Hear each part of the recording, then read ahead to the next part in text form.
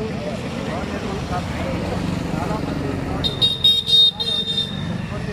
ఈరోజు వాళ్ళకు ఇన్సూరెన్స్ ఇవ్వడంలో ప్రభుత్వం చాలా మంచిగా వ్యవహరిస్తుంది. దానికి తోడు ఈరోజు మొత్తం ఈ యొక్క ఇన్సూరెన్స్ అంతా కూడా ప్రభుత్వ పాలసీని అంతా కూడా ప్రైవేట్ రంగానికి అప్పగించాలనే ఉద్దేశంతో ఈరోజు రాష్ట్ర ప్రభుత్వం ఉంది. కాబట్టి ఇంతగా జరిగితే మనకు పూర్తిగా నష్టం జరుగుతూ ఉంది.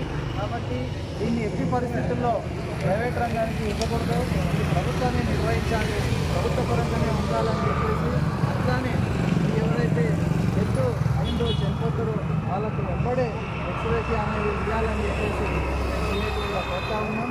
అట్లానే ఈ యొక్క భవన నిర్మాణ కార్మికులకు వస్తువులు కూడా ప్రభుత్వమే ఇవ్వాలని చెప్పేసి కోరుతా ఉన్నాం.